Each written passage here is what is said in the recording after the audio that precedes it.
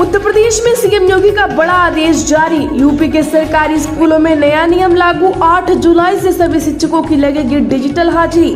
जी हां, प्रदेश के परिषदीय विद्यालयों में कार्यरत शिक्षकों व कर्मचारियों की डिजिटल हाजिरी अब 8 जुलाई से ही होगी। पहले इसके लिए 15 जुलाई की तिथि निर्धारित की गई थी। उत्तर प्रदेश बीटीसी शिक्षक संघ ने इस आदेश पर अपना विरोध दर्ज कराया है। डीजी स्कूल शिक्षा कंचन वर्मा ने इस संबंध में प्रदेश के सभी जिला बेसिक शिक्षा अधिकारियों को पत्र भेजा है। उत्तर प्रदेश में आज से अगले 3 दिन कहीं भारी तो कहीं बहुत भारी बारिश। 12 जुलाई तक भीगते रहेंगे बदरा। जिला उत्तर प्रदेश में 7 से 10 जुलाई के दरमियान अलग अलग स्थानों पर कहीं भारी बारिश तो कहीं बहुत भारी बारिश होने का अनुमान है। इस दरमियान राज्य के कुछ हिस्सों में आकाशीय बिजली भी गिर सकती है। 11 व 12 जुलाई को पूरे उत्तर प्रदेश में मध्यम बारिश होने या गरज चमक के साथ बौछारें पड़ने के आसार है। मानसून की ट्रफ लाइन बीकानेर, जयपुर, ग्वालियर, सतना, डाल्टनगंज, आसनसोल से दक्षिण पूर्व की ओर और उत्तर पूर्व में बंगाल की खाड़ी तक जा रही थी। बीते 24 घंटे के दौरान प्रदेश में सबसे अधिक 11 से 11 सेंटीमीटर बारिश प्रतापगढ़ के रानीगंज और गोरखपुर के मुखलेसपुर में दर्ज की गई है। उत्तर प्रदेश में सीटीईटी परीक्षा आज। अभ्यर्थियों को राहत के लिए रेलवे चलाएगा 3 स्पेशल ट्रेनें। कई गाड़ियों के समय में भी बदलाव। यह केंद्रीय शिक्षक पात्रता परीक्षा का आयोजन आज हो रहा है। परीक्षार्थियों को कोई परेशानी न हो इसके लिए रेलवे 3 स्पेशल ट्रेन चलाएगा। इन तीनों ही ट्रेनों का संचालन गाजियाबाद से कानपुर प्रयागराज के रास्ते पंडित दीनदयाल उपाध्याय जंक्शन तक होगा। रेलवे ने इसकी समय सारणी भी जारी कर दी है। तीनों ही स्पेशल ट्रेन 20-20 कोच की हैं। इसमें रेलवे ने स्लीपर और सामान्य श्रेणी के ही कोच लगाए हैं। उत्तर प्रदेश में कांवड़ यात्रा को लेकर 5 राज्यों के अफसरों ने की मीटिंग। हेलीकॉप्टर, ड्रोन से रखी जाएगी निगरानी। बनेंगे 8 ज्वाइंट कंट्रोल। जी हां, कांवड़ यात्रा की तैयारियों को लेकर मेरठ कमिश्नर सभागार में यूपी डीजीपी प्रशांत कुमार और मुख्य सचिव मनोज कुमार सिंह ने 5 राज्यों के अफसरों के साथ मीटिंग की। कांवड़ यात्रा को सकुशल संपन्न कराने और किसी भी आपात स्थिति से निपटने के लिए एक्शन प्लान पर मंथन किया। भीड़ नियंत्रण और ट्रैफिक प्लान पर अफसरों का जोर रहा। बताया गया कि यूपी उत्तराखंड में 8 ज्वाइंट कंट्रोल रूम बनाए जा रहे हैं, जहां दोनों राज्यों के अफसर तैनात रहेंगे। हेलीकॉप्टर और ड्रोन से भी निगरानी की जाएगी। उत्तर प्रदेश में भोले बाबा पर किस नेता का हाथ, राजनीतिक कनेक्शन की होगी जांच। दर्ज हुआ पहला केस। हाथरस में हुई भयानक भगदड़ के बाद पुलिस अब भोले बाबा के राजनीतिक संबंधों की जांच में जुट गई है। भगदड़ की इस घटना में 121 लोग की जान चली गई और अनेक लोग घायल हो गए थे। ऐसा माना जा रहा है कि भोले बाबा के राजनीतिक हलकों में गहरे संबंध है और पुलिस इस बात की तहकीकात कर रही है कि कहीं भगदड़ किसी राजनीतिक साजिश का हिस्सा तो नहीं था। पुलिस के एक वरिष्ठ अधिकारी ने कहा, हम हर एक एंगल से इस मामले की जांच कर रहे हैं। हमें कुछ सुराग मिले हैं जो भोले बाबा के राजनीतिक संबंधों की ओर इशारा करते हैं। उत्तर प्रदेश में उपचुनाव के लिए बसपा ने शुरू की तैयारियां। मंडल कोऑर्डिनेटर से मांगे उम्मीदवारों के नाम। जी हां, बता दें कि उत्तर प्रदेश में खिसकते जनाधार को लेकर चिंतित बहुजन समाज पार्टी विधानसभा उपचुनाव के सारे यह संदेश देना चाहती है कि उनका आधार वोट बैंक आज भी उसके पास है और उसकी दलित समाज के बीच में वही पुरानी हैसियत है। इसलिए सभी 10 सीटों पर उपचुनाव लड़ने की तैयारी शुरू कर दी है। आपको बता दें कि कोऑर्डिनेटर से प्रत्याशियों के नामों का पैनल मांगने के साथ ही गाँव चलो अभियान शुरू करने का निर्देश दिया गया है। बसपा पदाधिकारी गांव-गांव जाकर काशीराम की तर्ज पर चौपाल लगाएंगे और ये बताने की कोशिश करेंगे कि बसपा ही एकमात्र दलितों की हितैषी है। मोदी के मंत्री रामदास अठावले ने मांगी यूपी की योगी सरकार में हिस्सेदारी। आरपीआई की जानिए क्या है मंशा। जिया रिपब्लिक पार्टी ऑफ इंडिया के राष्ट्रीय अध्यक्ष और केंद्र की मोदी सरकार में सामाजिक न्याय एवं अधिकारिता राज्य मंत्री रामदास अठावले ने कहा कि उत्तर प्रदेश सरकार में जिस तरह अपना दल निषाद पार्टी को हिस्सेदारी मिली है, वैसे ही आरपीआई को भी हिस्सेदारी मिलनी चाहिए। यहाँ पत्रकार वार्ता के दौरान उन्होंने कहा कि इस बार लोकसभा चुनाव में उत्तर प्रदेश से भाजपा को 70 सीटें मिलने की उम्मीद को झटका लगा है। अपने दम पर केवल 33 सीटें भाजपा को मिली है। विपक्षी पार्टियों के संविधान में बदलाव, आरक्षण हटाओ के झूठ से भाजपा को नुकसान हुआ है। इसलिए उत्तर प्रदेश में भाजपा को आरपीआई को साथ लेने की आवश्यकता है। उत्तर प्रदेश में हाथरस घटना में छोटी मोटी गिरफ्तारियां स्वयं में एक षड्यंत्र। अखिलेश यादव का शासन प्रशासन पर निशाना। जी हां, समाजवादी पार्टी के राष्ट्रीय अध्यक्ष अखिलेश यादव ने कहा कि उत्तर प्रदेश शासन प्रशासन हाथरस घटना में छोटी मोटी गिरफ्तारियां दिखाकर सैकड़ों लोगों के चल बसने से अपनी जिम्मेदारी का पल्ला झाड़ना चाहता है।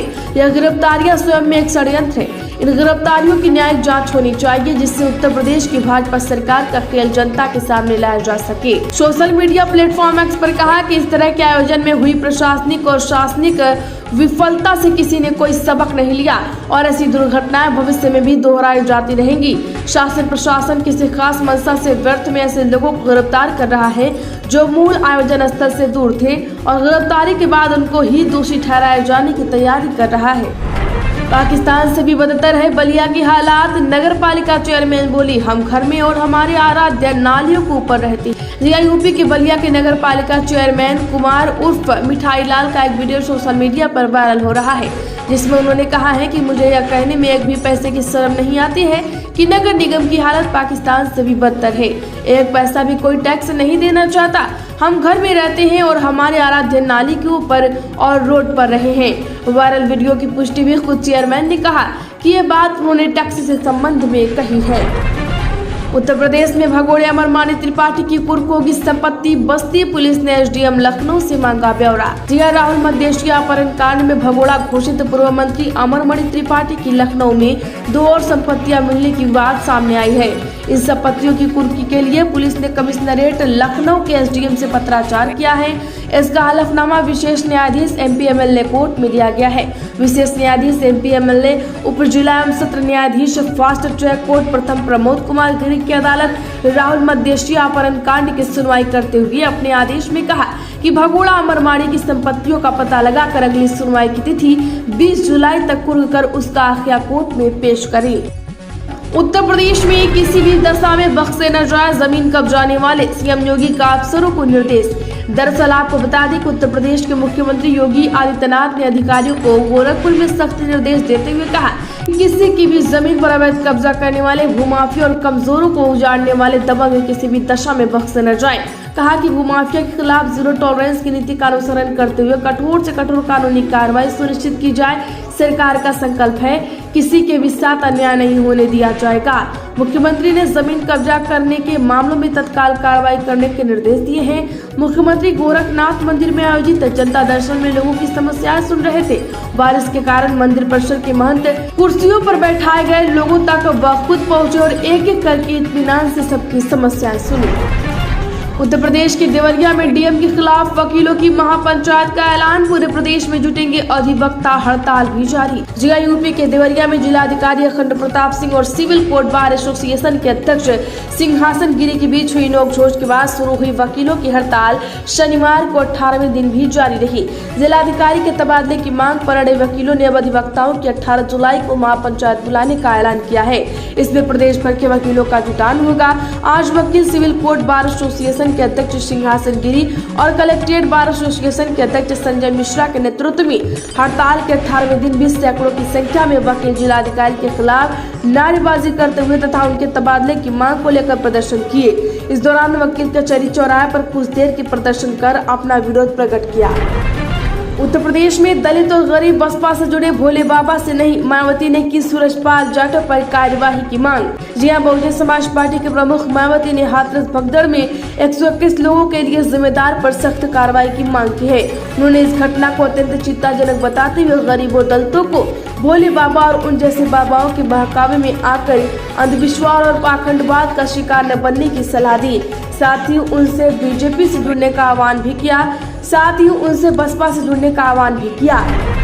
उत्तर प्रदेश में होटल बनाने की नई गाइडलाइन जारी। 20 कमरों तक के लिए न्यूनतम क्षेत्रफल की बाध्यता खत्म। उत्तर प्रदेश सरकार ने राज्य में होटलों के निर्माण के लिए नई गाइडलाइन जारी कर दी है। अपर मुख्य सचिव डॉक्टर नीतीश रमेश गोकर्णी की ओर से इस बाबत आवास आयुक्त, सभी विकास प्राधिकरणों के उपाध्यक्ष, विशेष क्षेत्र के विकास प्राधिकरणों के अध्यक्ष को निर्देश जारी किया गया है। जानबूझकर भीड़ के बीच से निकाली गई प्रवचनकर्ता की गाड़ी, पूछताछ में हुआ बड़ा खुलासा। हाथरस के सिकंदरा मऊ क्षेत्र के ग्राम फुलरई मुगलगढ़ी में घटित दुर्भाग्यपूर्ण घटना में वांछित मुख्य आयोजक और 1 लाख के इनामी मुख्य आरोपी देव प्रकाश मधुकर की गिरफ्तारी के बाद यूपी पुलिस ने एक और बड़ी सफलता हासिल करते हुए 2 अन्य अभियुक्तों राम प्रकाश शाक्य व संजू यादव को भी गिरफ्तार कर लिया है। इस तरह अब तक हाथरस पुलिस ने कुल 9 अभियुक्तों को गिरफ्तार किया है। हाथरस पुलिस के अनुसार अभियुक्तों से पूछताछ में पता ये चला है कि इससे विगत कुछ समय पूर्व कुछ राजनीतिक पार्टियों द्वारा संपर्क किया गया था। ऐसे में फंड इकट्ठा करने के संबंध में गहराई से जांच की जा रही थी कि कहीं इस तरह के संबंध या कार्यक्रम तथा अन्य संसाधन किसी राजनीतिक पार्टी से पोषित तो नहीं। हाथरस कांड पर मायावती बोली, राजनीतिक स्वार्थ छोड़कर भोले बाबा को तत्काल गिरफ्तार करे प्रदेश सरकार। जिया बसपा सुप्रीमो मायावती ने हाथरस घटना के लिए सूरजपाल उर्फ भोले बाबा को ही मुख्य रूप से जिम्मेदार माना है। उन्होंने बाबा को तत्काल गिरफ्तार करने की मांग करते हुए सरकार को सलाह भी दी है कि बाबा की गिरफ्तारी को राजनीतिक स्वार्थ के लिए नहीं टाला जाना चाहिए। उन्होंने भोले बाबा के साथ ही ऐसे सभी बाबाओं के खिलाफ कार्रवाई करने की मांग की है जो गरीब और भोली जनता को धर्म के नाम पर बेवकूफ बनाते हैं। खबरों में इतना ही। वीडियो को लाइक और शेयर जरूर